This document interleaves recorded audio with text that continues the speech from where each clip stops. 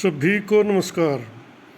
UGC university Grant commission यानी विश्वविद्यालय अनुदान आयोग, मानव संसाधन विकास मंत्रालय, भारत सरकार का पब्लिक नोटिस है भाई 19 जुलाई 2016 का public notice on equivalency of degrees, यानी कि जो डिग्रीज की है इक्विवेलेंसी में कौन सी डिग्री, कौन सा सर्टिफिकेट, कौन सा कोर्स किसके इक्वल है, उसके विषय पर यो नोटिफिकेशन आया था। तो जो चैनल पर नए आए हैं एक बार चैनल को सब्सक्राइब कर लो और नोटिफिकेशन ऑन कर लो। इसकी बात करते हैं, ये क्या कहता है। The University Grant Commission specifies degree as defined under section 22 of the UGC act 1956।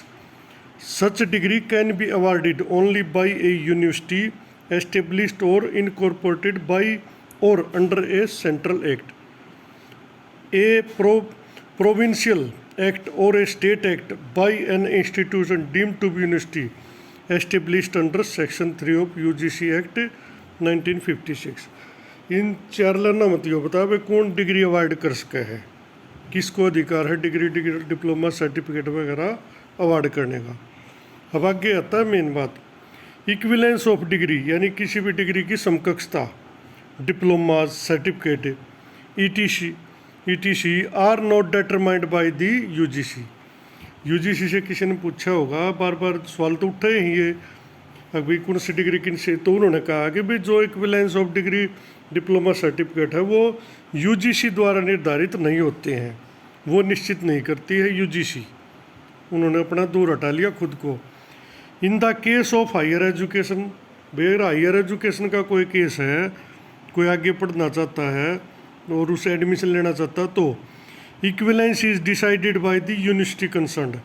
तो जिस यूनिवर्सिटी में वो एडमिशन लेना चाहता है वो यूनिवर्सिटी निर्धारित करेगी भाई वो जो पहला कोर्स है जिसके आधार पर एडमिशन लेना चाहते हैं वो उनकी डिग्री डिप्लोमा सर्टिफिकेट की इक्वल है या नहीं है। And in cases of employment, और एम्प्लॉयमेंट रोजगार के मामले में, प्रमोशन के मामले में, equivalence is decided by the employing organisation. साफ कर दिया उन्होंने। भाई अगर हायर एजुकेशन का मैटर है तो यूनिवर्सिटी निर्धारित करेगी, और अगर एम्प्लॉयमेंट या प्रमोशन का मैटर है तो एम्प्लॉइंग अथॉरिटी ऑर्गेनाइजेशन, जो भी संस्थान जो नौकरी दाता है, जो रोजगार दाता है, वो निर्धारित करेगा, वो देखेगा भाई किसको इक्वल करता नहीं करता है। The UGC act and rules and regulation made thereunder are available on UGC website. Jaspal S Sandhu, secretary. अब देखिए बात करते हैं आर्ट एंड क्राफ्ट की। भाई आर्ट एंड क्राफ्ट का ये तो सब ना पता है, यूनिवर्सिटी नंबर 1 है और यूजीसी से मान्यता प्राप्त है, उसमें भी कोई शक नहीं है, और डीईसी से भी है, वो भी सारी बातें हैं, और डिप्लोमा भी पूरी तरह से वैलिड है और लीगल है, ये भी बात कन्फर्म हो ली। अब बात आती है इक्विवेलेंस की। भाई इक्विवेलेंस देनी है, देखो फिलहाल यूजीसी के हिसाब से देनी है डीएससी ने हमें, डायरेक्टर एलिमेंट्री एजुकेशन अंशद सिंह ने हिसाब सर। तो अब उन्होंने क्यों नहीं दी, अब बात चले जाते हैं थोड़ा पीछे जाते हैं 2006 में। भाई 2006 में यो मैटर उठा, फार्म भरे, उस टाइम तक इक्विवेलेंसी का कोई जिक्र नहीं था। 21/8/2006 की इक्विवेलेंस शब्द नहीं था कहीं भी, ना किसी ने पता था। फार्म भरे, सब वैलिड हो गए, किसी को कोई एतराज़ नहीं करा, ना उन्होंने कहा भाई तुम फार्म ना भर सकते, ठीक है। उसके बाद 4 महीने बाद 12/12/2006 को एक लेटर जारी किया जाता है जिसमें डायरेक्टर डीएससी कहता है कि भाई हम जो है ना सिर्फ ITI द्वारा जो 2 वर्षीय कोर्स करवाया जाता है ना उसको ही मान्य करते हैं आर्ट एंड क्राफ्ट की पोस्ट के लिए, बाकी कोई भी डिग्री डिप्लोमा किसी भी यूनिवर्सिटी का हो। उसने ये भी नहीं कहा भाई रेगुलर डिस्टेंस नहीं, उन्होंने कहा चाहे रेगुलर हो चाहे डिस्टेंस हो चाहे कुछ भी हो, नंबर नहीं लिया, कोई भी अलाउड नहीं है। सिर्फ ये एक डिप्लोमा सर्टिफिकेट जो भी है इसको ये ही एलिजिबल है, वो लेटर निकाल दिया। उसके खिलाफ भाई बहुत सारी रिट पिटीशन जानी थी, केस गया हाई कोर्ट में। भाई जाते ही दूसरी तीसरी 1 तारीख लग गई थी वैसे तो मेन तो, उसी पर जज साहब ने कह दिया कि भाई आप फार्म भरवाने के 4 महीने के बाद ये नहीं कह सकते कि ये नॉट रिकॉग्नाइज है या इनको हम नहीं मानते, या ये लेटर कैसे निकाल दिया आपने। वो तो JRN वाले भी वो केस जीतते थे उस टाइम, और ये वीर बाकी अभी तकरीबन मेरे ख्याल सब अलाउड हो गए थे उसमें, क्योंकि अब इसमें कहीं इन्होंने तय ऐसा अवसर तो कोई भी नहीं माना, लेकिन ज्वाइनिंग हो रही है, कुछ हायर वाले भी हो रहे हैं। हालांकि इन्होंने उसमें हायर वर्ड का भी यूज़ नहीं किया था, करना चाहिए मेरे हिसाब से हर भर्ती में। तो भाई वो केस चला 1-2 महीने के अंदर, उसका 22 फरवरी को 2007 को फैसला आ गया, 12 जनवरी को ये आया था, 2 महीने के अंदर। हालांकि सुप्रीम हाईकोर्ट से कोई केस निपटता नहीं, लेकिन वो केस से कुछ नहीं था, वो निपट गया भाई। अभी आप ऐसे कैसे मना कर उसको, अब इनके पास कोई आधार नहीं रे। देखो डीएससी के पास, मैं पूरे तथ्यों के साथ कह रहा हूँ, कोई आधार नहीं है इसको मना करने का, क्योंकि संवैधानिक जो रूल है ना वो तो हर एक संवैधानिक संस्था पर लागू है। भाई मान लिया डीएससी को इक्विवेलेंसी देनी है, क्योंकि भाई हमने नौकरी यो दे है, रूल रेगुलेशन यो निर्धारित करा है, मैंने मान लिया शिक्षा विभाग। लेकिन शिक्षा विभाग के भी तो रूल होंगे कुछ, शिक्षा विभाग का भी तो रूल होगा भाई, आप कैसे निर्धारित करोगे डिग्री डिप्लोमा की इक्विवेलेंसी, इनकी भी कोई ना कोई होगा रूल। इनका रूल यही है 2/1199 के तहत कि भाई वैसे तो एक पॉलिसी बना दी स्टेट ने, कोई भी डिग्री डिप्लोमा है जो यूनिवर्सिटी लीगल एक्ट के तहत बना है वो ऑटोमेटिक स्टैंड रिकॉग्नाइज है, कर दिया, स्टैंड इक्वल है। लेकिन उसके बाद भी उनमें लिख दिया 5-6 नंबर कॉलम आखिर में उस लेटर में, फिर भी कोई विवाद होता है किसी डिग्री डिप्लोमे में कोई बात आती है तो आप लोग स्टेट यूनिवर्सिटी से पूछ सकते हो और टेक्निकल बोर्ड से पूछ सकते हो अगर तकनीकी डिप्लोमा है तो। और इसके अलावा BSc board of school education से आप बात कर सकते हो, उनसे इक्विवेलेंसी ले सकते हो। ये नियम बना दिया, क्योंकि एजुकेशन डायरेक्टर इसको निर्धारित नहीं कर सकता, उसने भी तो किसी तो पूछना पड़ेगा, या वो खुद की कमेटी बनाओ अपनी, भाई वो विशेषज्ञ शामिल करे सब्जेक्ट के वैसे भी महकमे के भी, और वो कमेटी बनाकर वो दोनों के सब्जेक्ट कंपेरिजन और सारी चीज़ों का चेक करे, टाइम ड्यूरेशन, और उसके बाद इक्विवेलेंसी देनी है या ना देनी है वो कमेटी निर्धारित कर देगी, उसके आधार पर डायरेक्टर लेटर निकाल देगा। लेकिन सच में ये 12/12/2006 का लेटर किसी कमेटी की रिपोर्ट के आधार पर नहीं निकला है, ये बात अब खुद आ गई है सामने। उन्होंने कहा है अभी हमने तो ITI की शिकायत के आधार पर ये जारी कर दिया। भाई ITI तो क्या बड़ा केस शिकायत करेगी, आपने उस शिकायत की जांच भी तो कर लेते। ये थोड़ी है एक महकमा दूसरे महकमे की शिकायत करेगा तो उसी पर एक तरफा कार्रवाई हो जाएगी, लेकिन ये कार्रवाई बिल्कुल एक तरफा हुई थी। फिर वो कहते हैं कि ITI में एक मीटिंग हुई थी हायर एजुकेशन की, फाइनेंस की, ITI वाले डायरेक्टर की और KU वाले की। उसमें खैर फाइनेंस डिपार्टमेंट का जो हेड था जिसने मीटिंग बुलाई थी वो तो था एब्सेंट, वो तो था नहीं, लेकिन 3 बैठे थे भाई हायर वाला। अब मुझे एक सवाल का जवाब दे दो, हायर वाले का इसमें काम क्या था? यू काम तो सेकेंडरी डायरेक्टर करे या एलिमेंट्री करे, हायर वाले का तो मैटर नहीं बनता इसमें, वो खाम खा बैठा था, उसने ना को राय दी ना को का मतलब बनता। भाई ITI वाला खिलाफ था, वो कर सका भाई, उसने अपनी मर्जी है, स्वायत्त संस्था है वो अपनी राय रख सका। कुरुक्षेत्र वाले ने अपनी बात रख दी कि भाई हमें किसी की इजाज़त की ज़रूरत नहीं है। देखो सारा क्रोनोलॉजी देखिए शुरू से आखिर तक। वहाँ से क्या होता है कि वह मीटिंग होगी, सारे अपने अपने घर चले गए उठ के। उसके बाद उस मीटिंग के आधार पर कोई एक पत्र जारी हुआ वो मुझे बता दो, ताकि एक भी पत्र आज तक उस मीटिंग का हवाला देते हुए जारी हुआ हो भैया मीटिंग हुई थी जिसमें यो फैसला आया है, या तो वो कुरुक्षेत्र यूनिवर्सिटी को भेजा हो या डायरेक्टर एलिमेंट्री या सेकेंडरी को भेजा हो। जब जिस मीटिंग के बाद कोई ऑर्डर नहीं निकला तो उस मीटिंग का औचित्य क्या रह गया, आप खुद देखो। अब उनसे RTI में सूचना मांगी, भाई इस मीटिंग का रिकॉर्ड दो हमें, कि इस मीटिंग में कौन कौन आया, के बोले के नहीं। उन्होंने मना कर दिया कि हमारे पास कोई भी रिकॉर्ड उपलब्ध नहीं है। क्यों उपलब्ध कौन है भाई, इतनी महत्वपूर्ण मीटिंग है जिस तक 15,000 बच्चों का भविष्य जड़ा आप उसका न्यू को रिकॉर्ड नहीं है, रिकॉर्ड नहीं है तो फिर उसकी वैल्यू की रहेगी। सिर्फ यो एक पेज है उनके पास जिस पे 5-4 कॉलम लिख रखे अलग अलग 4-4 5-5 लाइन के। इसके बाद जब इस मीटिंग से कुछ निकला है नहीं तो इसका औचित्य क्या रह गया। अच्छा, जो शिकायतें की गई हैं वो 1 साइडेड थी, क्या यूनिवर्सिटी का पक्ष जाना नहीं, सीधा लेटर निकाल दिया, किसी ने कोई पक्ष नहीं जाना। अब न्यू कहा है कोर्ट में क्यों गए, कोर्ट का तो काम कौन है? मैं कहता हूँ कोर्ट का काम कौन है, जो यूनिवर्सिटी का सब्जेक्ट एक्सपर्ट का है। लेकिन जब एक आदमी के साथ अन्याय होगा और उसका कोई पक्ष सुनाएगा नहीं और एक तरफा निर्णय जारी करेगा तो आदमी कहाँ जाएगा, आप बता दो। कोर्ट में ही जाओगा, क्योंकि डीएससी ने तो सुना नहीं पक्ष, सीधा लेटर जारी कर दिया यू आर नॉट एलिजिबल।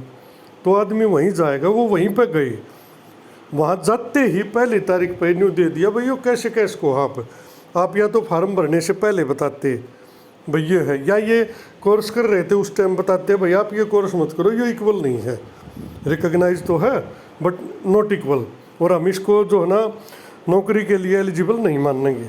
वो जो आरटीआई मांगे थे उसमें लिख के दे देते, उसमें बाकायदा एक दो मतलब ड्राइंग टीचर की मांग रखी है। अच्छा एक बात और बताऊँ, एक दो पत्र तो ऐसा भी है जिसमें केस होने के बाद गवर्नमेंट ने खुद पूछा है यूनिवर्सिटी से, आप बताओ आपका डिप्लोमा क्या है। यूनिवर्सिटी ने उनको जवाब दिया अभी हम तो शुरू से कह रहे हैं हमारा हायर एजुकेशन के लिए भी है, ड्राइंग टीचर के लिए भी है, और हमने आपको बार बार रिमाइंडर डाले हैं कि भाई इसको परमिशन दो इनको, लेकिन आप नहीं मान रहे। इन्होंने क्या किया, वो लेटर कहीं नहीं दिया, अपने पास धरकर बैठ के, ठीक है चलो भाई बैठ, क्योंकि सरकारी अधिकारी की मनसा आप नहीं पता है, एक बार जो लिख दिया मैंने सोचा बस हमने तो अपनी इसी बात पर रहना है, चाहे उसमें लेन देन हो कुछ हो, वो एक अलग मैटर है कि था 2006 की बात कर रहा हूँ मैं। लेकिन इन्होंने कोई कार्रवाई उस पर की नहीं, ना सुनी। हाई कोर्ट में केस गया, जाते फैसला आ गया, मुद्दा ख़त्म हो गया। सुप्रीम कोर्ट में केस जाता है भाई, इनको कोई भी स्टे नहीं मिलता है। अगर स्टे मिलता तो भर्ती नहीं होती भाई, जो 2010 में ज्वाइनिंग हुई वो कैसे हो जाती, अब नहीं हो रही।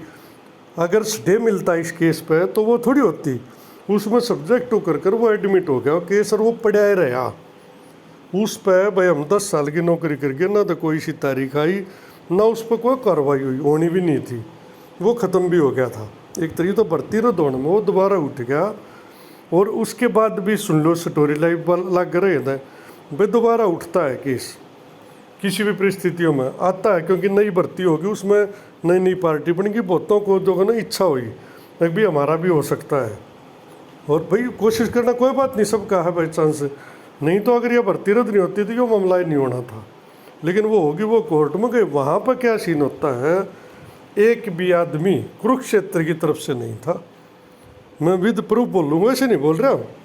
विनोद सोनी खड़ा किया गया सचिन ग्रुप द्वारा, सबको पता खड़ा किया गया, उसकी खुद की वर्डिंग या लिख भाई मेरे को तो पता ही नहीं था इस केस का क्या मामला है, और हम तो जूनियर हैं, हमें बोलने ही नहीं दिया गया।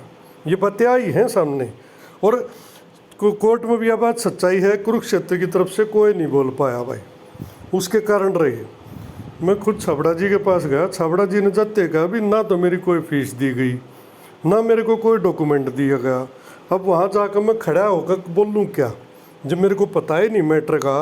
10 साल पहले ये केस चल रहा, 10 साल में कोई मेरे दोहराया नहीं, और ना इसमें कोई विशेष कार्रवाई हुई। फाइनल बैच से पहले तो जाना पड़ेगा, जैसे अब भी तो कुरुक्षेत्र की टीम जा रही है नहीं जा रही है, उस टाइम पर कोई नहीं गया, उसके दोषी हम सब हैं भाई। और ईविस न चाहे उन न कह लो, पुराना न कह लो, नया न कह लो, किससे न कह लो, भाई दोषी तो सब हैं थोड़े बहुत, लेकिन उसमें बरी भी हो सके हैं सब, क्योंकि किसी ने नहीं पता था किसका सिलेक्शन होगा किसका नहीं होगा। बात यहाँ पर आ गई, अगर उस समय पूरी पैरवी हो जाती तो यो केस वहीं पर रुक जाता, इतना जल्दी नहीं था फैसला आना। लेकिन जब वहाँ पे एक तरफा सा मैटर हो गया, कोई बोल नहीं पाया, खुद मेरे सामने कही है, 50 पिटिशनर की लिस्ट दे दी थी उसने, हम 4-5 आदमी थे, अगर भाई देख लो इसमें से कोई आया होता या मेरे को कोई फीस दी होते। जब उसकी फीस से नहीं जाएगी, उसने कोई कागज़ नहीं देगा तो भाई एक तरफा फैसला था होगा। इसलिए यो फैसला आया बिल्कुल एक तरफा, ना तो यो विनोद सोनी वहाँ पर कुछ बोल पाया, क्योंकि कागज इन दौरे भी कुछ ना थे। ये तो बाद में चंदन जी से ना के डॉक्यूमेंट जुटा दिए, या रिजल्ट आ गया, थोड़ा कलेक्शन होगी, इसलिए थोड़ा सा मामला इस केस में बन गया है। नहीं तो इस केस में तो कुछ था नहीं, उस दिन इनके पास कागज के था, अगर कागज होता तो 4-5 अगस्त में ना दे देते, या इनके पास वकील का जुगाड़ होता तो उस टाइम भी कर लेते, लेकिन नहीं था। और जो पुराने केस को हैंडल कर रहे थे वो अपने हिसाब से कर रहे थे, जब वो उस भर्ती में से बाहर हो गए तो भाई उन्होंने भी अपने कदम पीछे खींच लिए, जब हम बाहर हो गए तब हमने की मतलब है।